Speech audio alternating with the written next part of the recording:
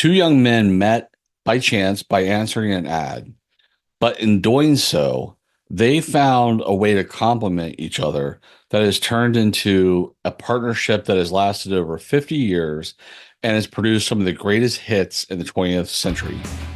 Today, they're going to be the business model that we look at when we're considering how you develop your partnership strategy.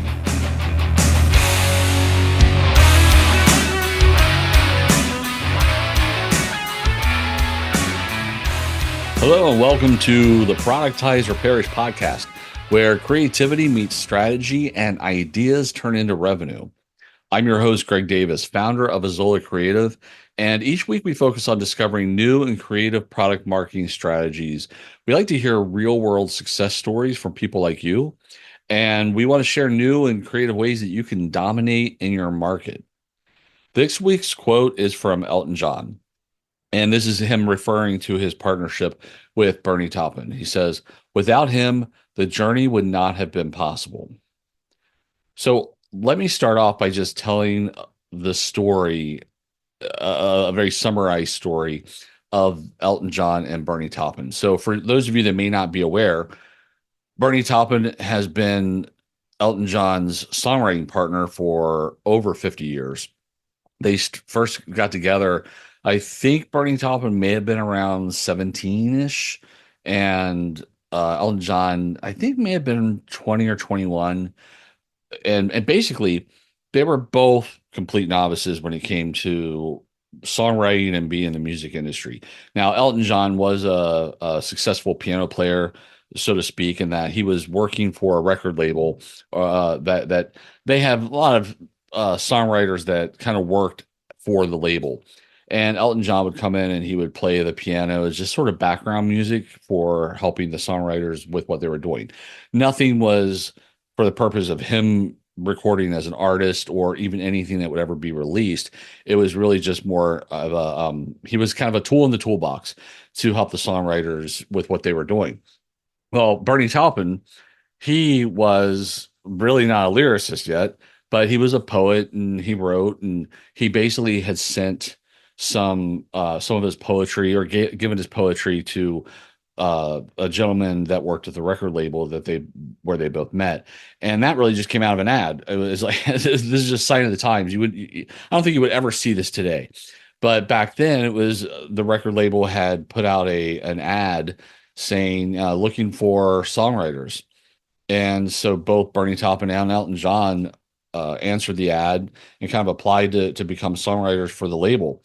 Well, the problem is Elton John admitted that he's like, I can play music, but I can't write lyrics. I'm horrible with words. And he really didn't have any kind of original material. It was more just, he could play other people's stuff. And for Bernie Taupin, like I said, he wasn't really a songwriter yet and more of a poet, but just had an interest in being able to become a songwriter. Well, the gentleman at the label thought these two might make a good match. So he arranged a meeting. They got together, they had lunch, and Elton John and Bernie Taupin basically just it was friendship at first sight.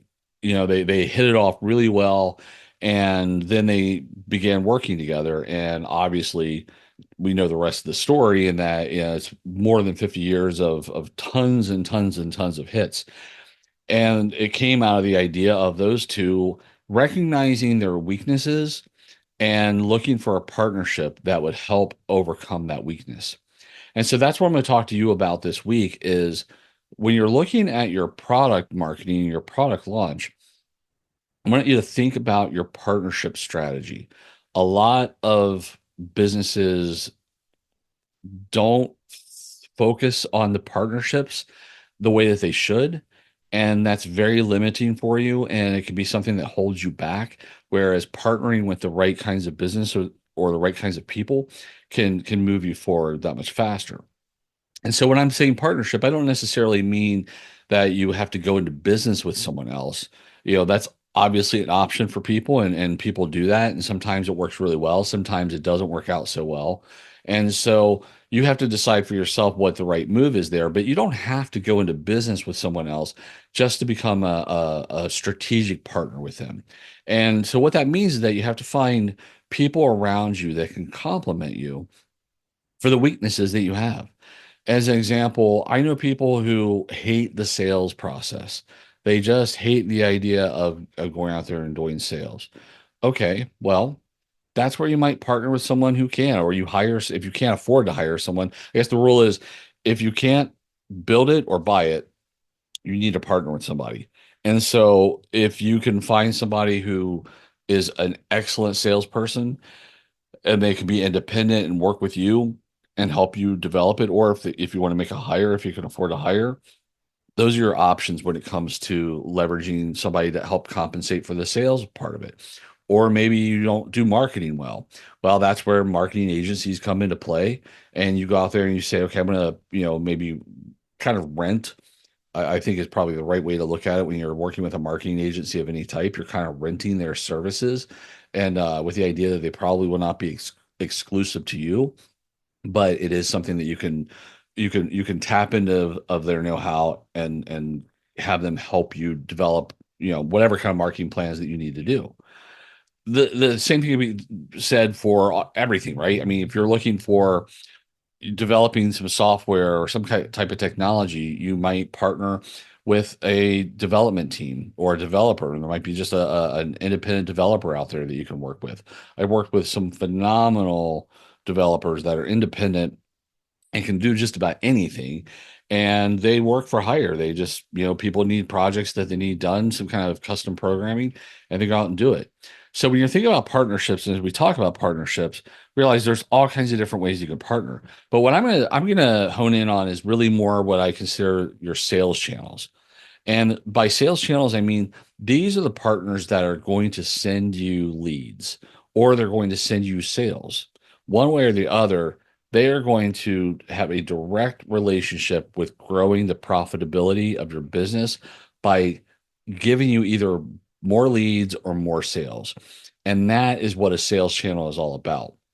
Now, in the IP Stratify framework, this falls under the sales enablement toolkit part of that quadrant.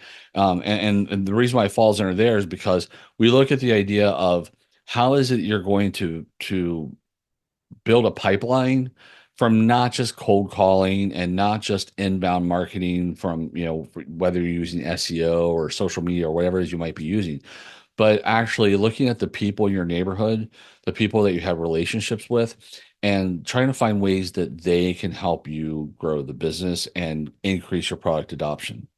Now, there's a thing when it comes to working with people in your neighborhood that you always have to take into account. There was a study that was done, and I don't have the exact details anymore. So what I'm telling you is sort of recollection from when I remember originally reading the article. I would have brought it up for this podcast, but I just thought of it, and so I just want to make sure I stay on track with this thought. But I think it was in 1973 there was a study that was done about kind of who has the most influence in your circles. And so we obviously have our friends and family. And as I've said before, our friends and family are awesome at being cheerleaders for us. They're supportive.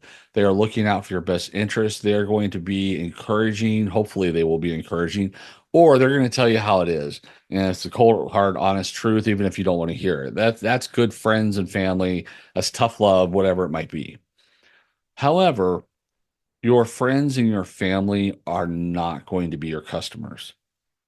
So you have to be careful about how much, I guess, faith or strategy you put into what they tell you.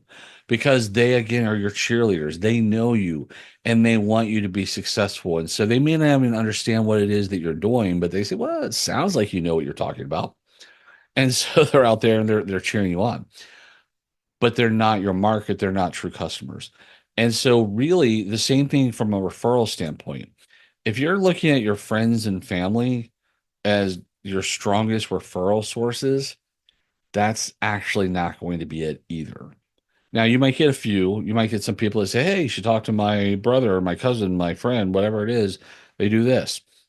You will see some things that happen that way, but it's not going to be consistent. w- what actually is more beneficial for you are the people you sort of know. So when you're looking at developing partnerships, sometimes if you're looking just at an individual people level, like person that you're looking at that might be able to be influential for you, it's the people that you sort of know. They're not too close, but they're friendly enough with you, or they might know who you are. They've met you, whatever it might be. It's the acquaintances. Those acquaintances sometimes can be the most valuable referral piece of the pie. And so when you're looking at individuals that you might be looking in your network and saying, okay, who can I rely on to help send me some business? Don't look at your friends and family, the ones that you're closest to. Look at the people they know. Think of this, if you're going to look at this through the lens of, let's say, a LinkedIn, it's not your first connections, it's your second and third connections. Those are the ones that are probably going to be more beneficial for you to start a dialogue with, because you know how it is. It's like the people that you know and the people that know you, like it's almost too intimate sometimes to where it becomes less business, it becomes less professional and becomes more personal. And so sometimes you have to kind of venture out and do things a little bit differently. So with that being said, think about the people that you sort of know when it comes to building out kind of a referral plan. Now, that's like I said, that's the individual level, but let's talk about just a personal level, or I'm sorry, a professional level of other businesses. If you're not familiar with it already, and I'm sure a lot of you are, just about every industry and association out there has some type of directory, some type of referral network of some sort where you can have your business added to it. Now, this is kind of a passive way of doing it. It's not going to be amazing for you, but it can be beneficial. You'll just having your name, your business name with a link to your website, that can be beneficial just for people to be able to find you. They might stumble upon you at some point. It could also just be good from an SEO standpoint as part of your SEO strategy. You're looking at people backlinking into your website. So all those things can kind of be good. But again, they're going to be somewhat passive. They're not going to be something that people are actively pushing business your way. So it's still something that I would want to check that box to be sure that you're working towards that. There's a lot of directories out there that you can add. Many of them are free, or there might be some requirements that you need to do to become a partner. But that's where you can start to kind of line out the value of that partnership, and that kind of will take us into the third part of this is the real meat of the partnerships, the sales channel development, is finding companies or colleagues where you complement them. Because let's face it, if you're, I'll just use the example of a marketing agency. If you're a marketing agency partnering with 5 or 10 other marketing agencies, not really going to do you a lot of good because most marketing agencies are kind of a jack of all trades. They might have a certain area of specialty, and then they have a lot of other things that complement it. So if someone, if somebody comes to them and they say, "Hey, I'm looking for this particular area of expertise," a lot of marketing agencies are going to say, "Oh yeah, we can do that," and then they're going to find somebody that can help them with it. So I don't look at that as the right kind of kind of yin and yang. You want to find somebody that really is on the other side of what it is you can do. So going back to the idea of software development, you know, I am not a software developer. I'm not a programmer. I only know enough to be dangerous, and that's still being generous to say that. I'm a marketer. I'm a product developer, so I understand that world. I understand how to position products. I understand how to bring them to market. I understand all those pieces when it comes to helping businesses become more profitable with a product. But from a programming standpoint, like I'm never going to be in a million years. That's not me. So for me to partner with other developers, programmers that could do that, that makes sense because someone can come to me and say, "Hey, I have a software product that I want to develop, and maybe they need my help in helping them orchestrate what that product is going to be, and whether it's what avenue of it is as far as the feature sets or the value proposition or whatever it is they need to bring that to market. But from the actual development side of it, like that is not who I am. So it's going to make sense for me to partner with a programmer and hopefully bring some business to them as well as I'm helping my customer. I'm helping my client become more successful because I'm bringing the right people to the table for them. So that's a good type of partnership. But, to market to partner with another company that does product development like I do, that doesn't make sense, right? So think about this when it comes to how you're going to kind of look for partners. The Bernie Taupin Elton John, perfect alignment as a partnership because Bernie Taupin can't play music and Elton John can't write lyrics. And so there's no threat there. There's nothing but complementing each other. And yeah, they have to work together and like any partnership, they're gonna have their battles and there's gonna be their issues. I remember hearing one time Bernie Taupin, this is back in the old days when Elton John used to he dressed like in a Donald Duck costume or some other kind of outlandish outfit. And Bernie Taupin would sometimes be bothered by it because some of the lyrics that he would write would be these really beautiful, poetic types of lyrics. And then he's got Elton John running around in a Donald Duck costume. And so that would be a little bit of it rub him the wrong way. But it wasn't enough that they ever broke up that partnership. But it's just that, you're going to have those things. That's okay. But that really good counterbalance of someone that complements you, those are the kind of partners that you're looking for in your sales channel. And so, depending on what types of product, what type of product you have, or what types of services and products you have, when you're looking at these partnerships, these partner networks, find out the ones that really put some meat into it.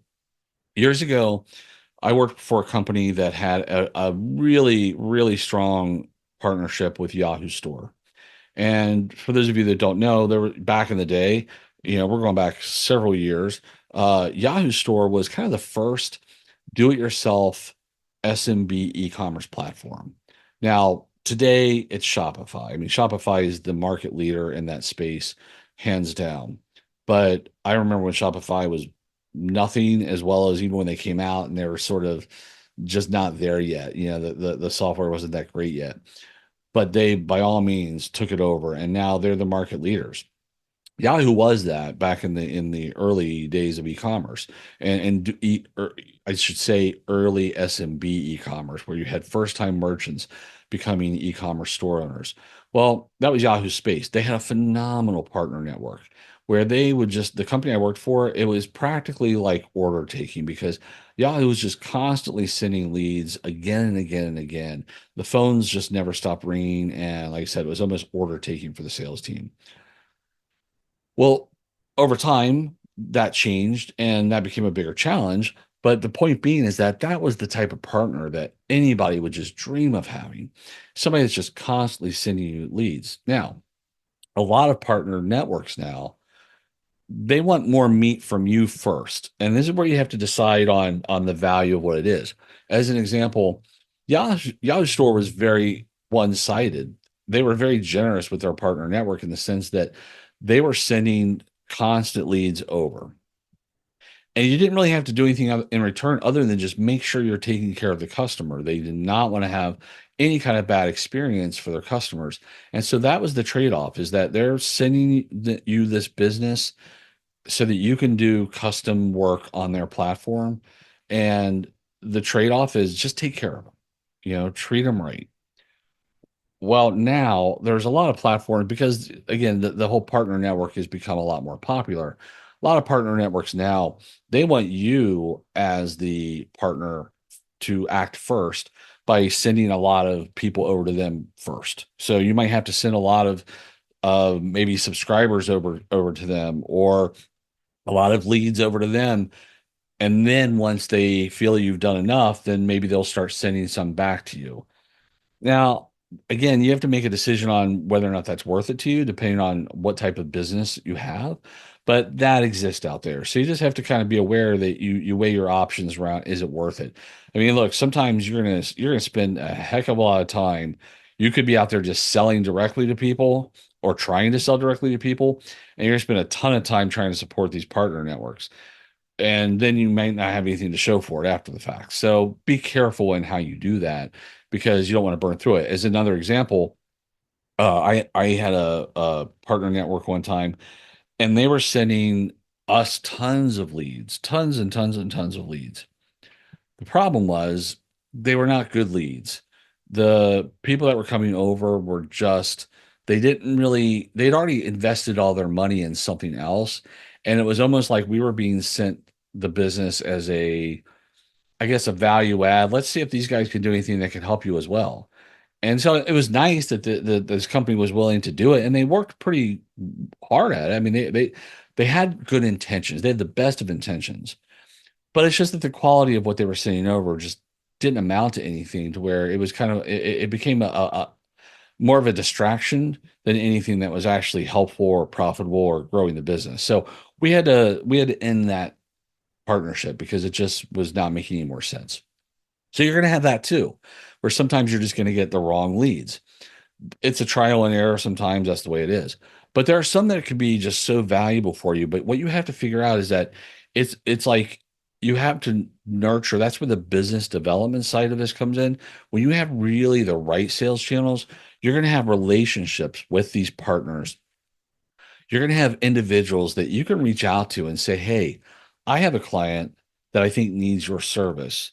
And they're going to have the same type of conversations with you. You're going to have an individual, even at a big company, but they're going to call you and say, "Hey, I've got somebody that I think that you could help."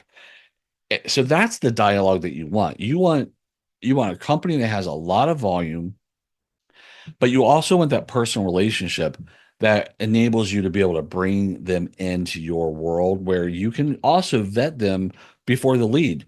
Because that's the thing is, if someone calls you and says, "Hey, I've got this person that I think could really use your services," you have the opportunity to say no for whatever reason. You could say, "Well, no, actually, that's not what we do. Oh no, wait, you know what? I don't think that's going to be the right fit." Or, "Hey, we don't have the capacity right now." Any of those factors that could be at play. You'd rather have that conversation with an individual than to have just this faceless company that might be sending you leads and then you're turning them away or you're not responding to them or you've stopped responding to them because they haven't been good for you. And then it just looks like you are a bad partner because they don't understand what happened and they're going to get all those people that got referred over might go back to the original brand and say, "Hey, what's up? Why are you sending me over there? That doesn't make sense." So you want that rapport. And those are the best types of sales channel relationships. An opportunity where you might even get to pitch in front of their audience. They might do things like webinars or town hall meetings or events where they'll bring you in to put in front of their customers because they have faith in what it is that you do. That's the type of sales channel that you want to look for.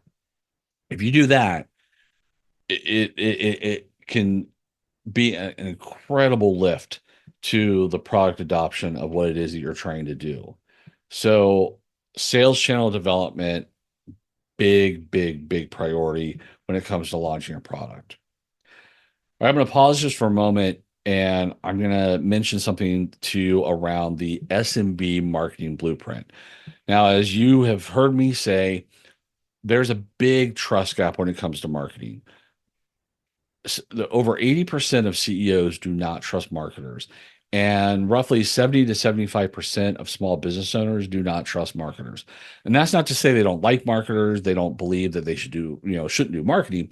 It's that they don't trust what it's actually doing. They don't understand how to speak the language.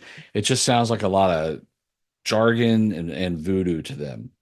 And plus, you go anywhere. You can go to a conference, you can listen to another podcast, you can get an email from somebody. Everybody's telling you the right marketing strategy for you. And so it gets very confusing for someone if they're not in the marketing world. Well, the point of the SMB marketing blueprint is to give you an opportunity to better understand what marketing is and isn't. It's a free 7-day email course.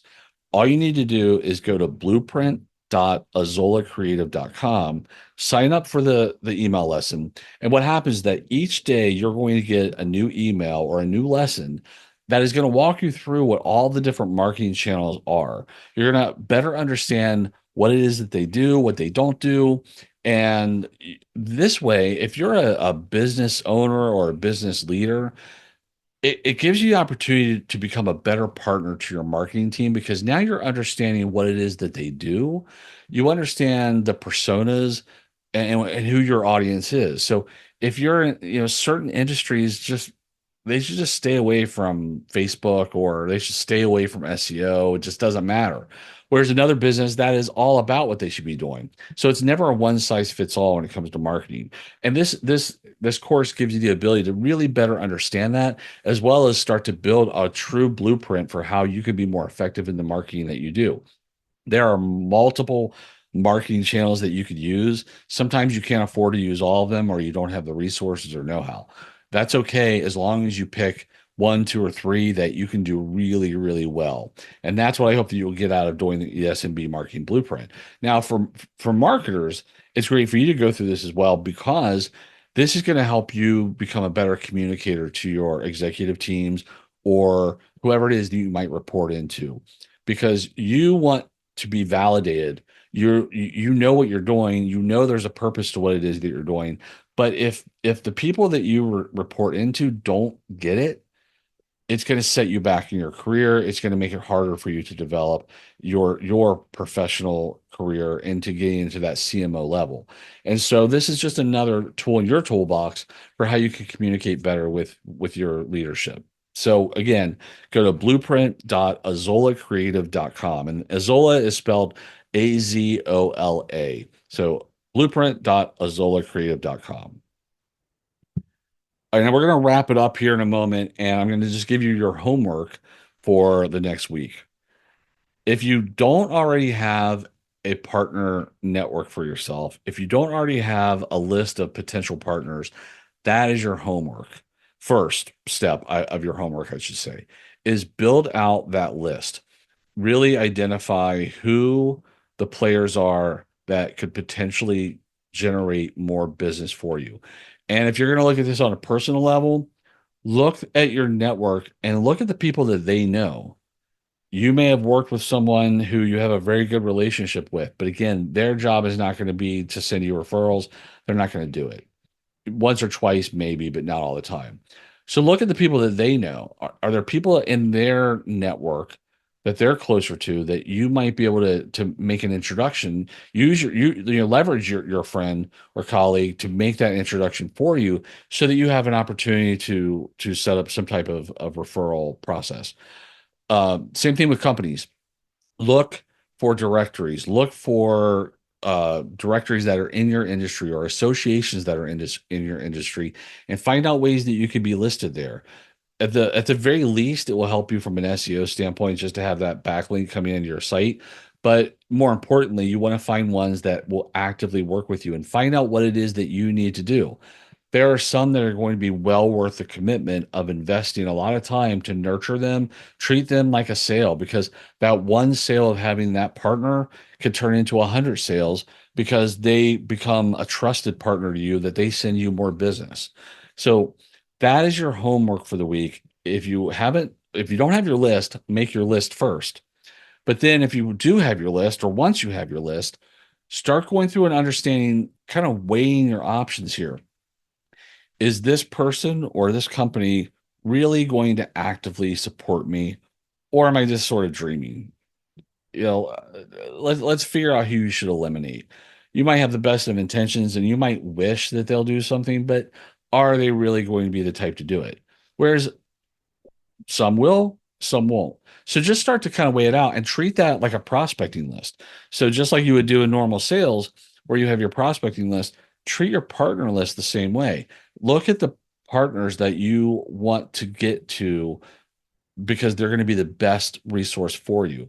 It might be harder, probably the better the partner they're going to be, the harder it might be, because it might, they're valuable. So there's a reason why they're valuable. They're busy. So it might just take some extra effort for you to get in there. But once you get there, it can change the business. So that's your homework. Make sure that you get that partner list. Be sure that you go to the SMB blueprint, or I'm sorry, SMB marketing blueprint. Download that at blueprint.azolacreative.com. And finally, I want to ask you that if you have questions, if you have ideas of your own, if you have a different opinion on something or just a success story, anything is fair game. I'd love to hear from you. So go to azolacreative.com/podcast. And there's a form that you can fill out and it'll go to me and we can, mention on a future episode, or I can answer a question or debate your point if that's what it comes down to. So again, azolacreative.com/podcast. Last favor to ask is that if you like the show, please subscribe, please follow it, as well as write a review. That'd be great. It's very helpful in trying to help spread the word. And then also just share it with other people. Again, you're a friend, you're listening to this, whoever it is you are, you're in my circle. Okay, great. I'm glad that you're here and maybe someday we'll do business. But even if not, share it with somebody that you think would be beneficial. If you have people out there that are trying to understand how to do a better job of developing and marketing their products, by all means, send them the episode. And that's a way that you can help me from a referral standpoint. Okay. Hope this was helpful. And I don't know. I'm gonna recommend you go listen to some Elton John this weekend and realize their partnership is part of your business plan. So go find some good Elton John songs, and I'll talk to you next week.